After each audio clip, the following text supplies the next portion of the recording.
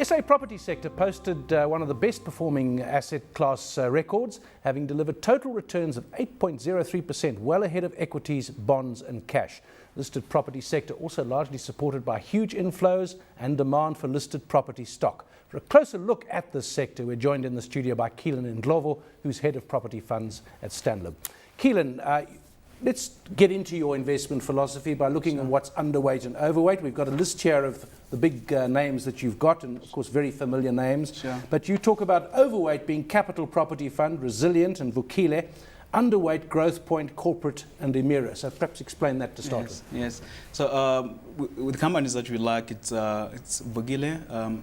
Why we like Vukile is got nice exposure in the retail space, more in the low income areas, where there's high actually retail spend, so it's good prospects. Resilient is actually in a similar space, even in a better space in the non-metropolitan areas and rural areas. Strong support in that market, and in addition we've got social grants coming into play, and they're dominant in that space with less competition.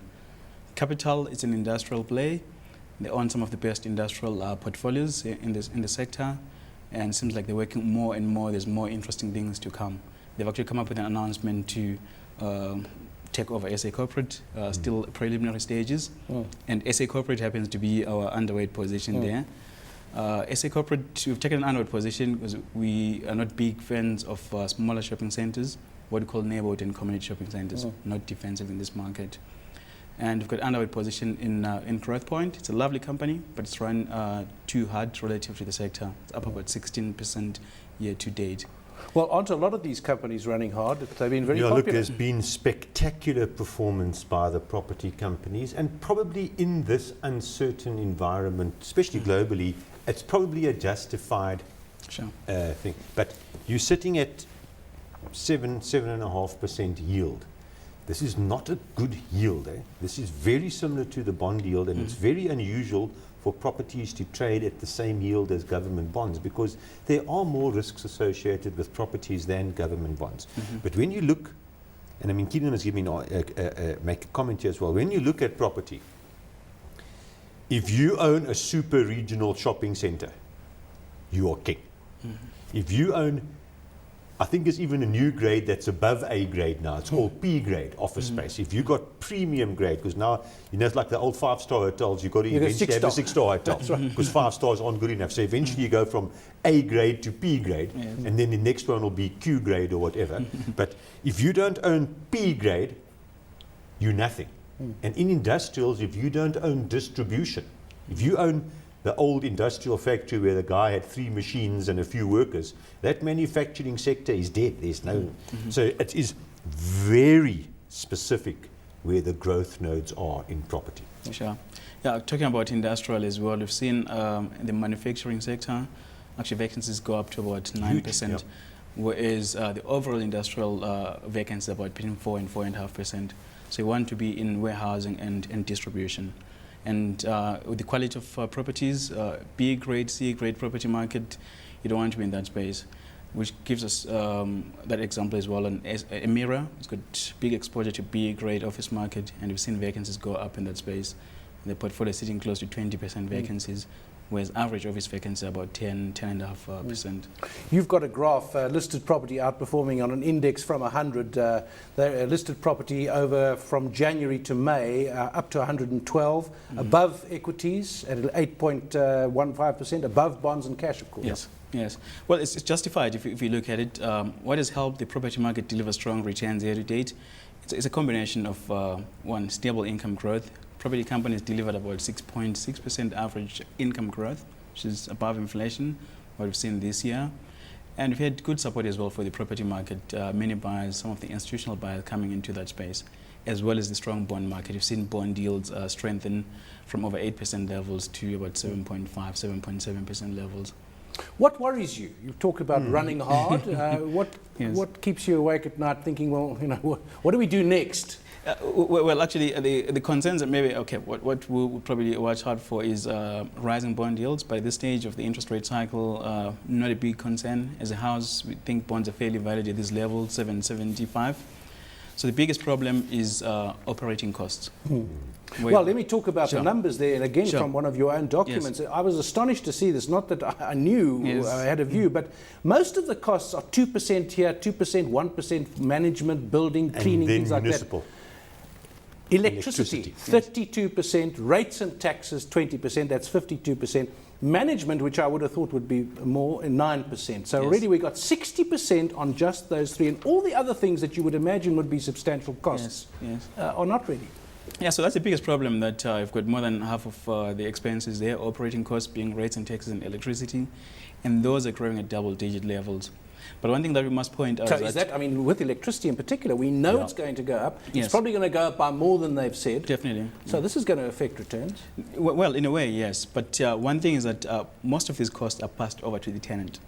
But where is the problem is that tenant can't afford the it. tenant can't afford it. You can't keep pushing up those costs. So when leases come up for renewal, you can't say I want a 20% or 30% increase in rentals when the tenant is faced with such a huge increase in costs. So the impact of that is they're going to have softer rental increases compared to before the good times of 2005, 2007. How does that match with your point about the king being the mega centre in the right place? The mega centres, you can almost ask what you want to. But a tenant says, I can afford, pick a number, 100 Rand a month. Now, whether you call 70 rental and 30 cost recovery, or 80 rental and 20, I can pay 100.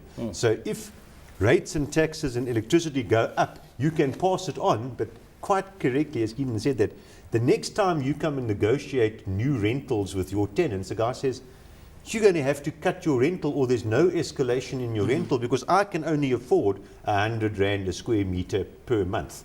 And of course, these are, I mean, taking a slightly broader overview, these are the glory years for retail. You've got all the government grants, you've got all the government jobs, you've got all the government salary increases, you've got the lowest interest rates in 30 years. Banks are keen to lend again. Banks are lending out. So these are the glory years for shopping centres. And I mean, our economy is growing at 3% real. Wage increases, the whole economy, now not just the government, the whole economy is not great. But yet retail sales are up 8% real. And it's all to do with these unsecured loans and, as I've mentioned, the grants. So these are the glory years for and the retail. so-called cash-strapped consumer still finds cash to spend on retail. Viewers should go and have a look at the increase in the amount of physical money in circulation in South Africa. That's over M the something. last- Which one is it? No, there's actually a thing called cash and notes in circulation. Physical cash, not bank deposits and M1 and M2 money supply Huge stuff. increase? Massive increase. And it can't be sustained. So, you know, maybe the property sector can't do that well over the next 3 years. Everything you're saying is that we might be at a peak here. And then, now, how would this tie in? Another one of your graphs is national vacancies. Well below the peak of 2001-2. That's right. 1995, vacancies were down around about 3%. Yes. At the moment, they're between 4 and 12%, depending on what sector you're talking about. Yes. The peak was nearly 25% in 2002. Yes, in the office market, it was a combination of IT companies going out of business, the economy was weak, and there was oversupply there. So even if you look at all these to-let signs that you see when you drive up and down, the vacancies are nowhere near those levels. And the good thing is that there's not much major developments coming up, probably more on spec. You might see some come up in Sandton and Rosebank. Some of them actually owner-occupied and demand around that space. So banks are more cautious. They don't lend to speculative developments. And as well, some of these companies as well, they've learned the hard way before. We've seen vacancies go up and they're forced to let at lower rentals. So property companies becoming more cautious around speculative development. Well, where do you see things going then? In the next 6 to 12 months, you don't just sit there and look at these overweight and underweight. You have to adapt your portfolio. Yes. What do you see the trends and how are you going to react? So we like the industrial market. We've seen vacancies fall to 4.5%, and we position our portfolios that way. In the retail space, you have to be careful as well. There's a difference between the big shopping centers and the smaller shopping centers. You want to be in the bigger shopping centers. And there's increased competition as well coming up in the next year or two. There's some shopping centers that are still opening, others are breaking ground. So more competition in that space. So you want to be in the bigger, dominant shopping centers that can actually withstand competition compared to these two smaller ones. Because there are only so many of them. Yes. Well, there's a new one open on the Nickel, and that's a big shopping centre here in the Joburg area. But, I mean, I understand, you know, a 7.5% yield is not massively overvalued. And the one thing that is, and I hate using these words, but the one thing that does appear to be different in this cycle is 1969 low interest rates, or not 69, the late 60s low interest rate, property boom bust. Early 80s low interest rates, property boom bust. 2000, early 2000s low interest rate, property boom bust. Now we've got low interest rates. There's no massive, when I say boom, there's no massive increase in construction. It's in fact still very low. So, you know, maybe even, look, the real crunch here comes when interest rates go up. That's the crunch. Now, that is probably only next And year. those dates you mentioned, I mean, people have forgotten, interest rates of 25%. Was where they ended up.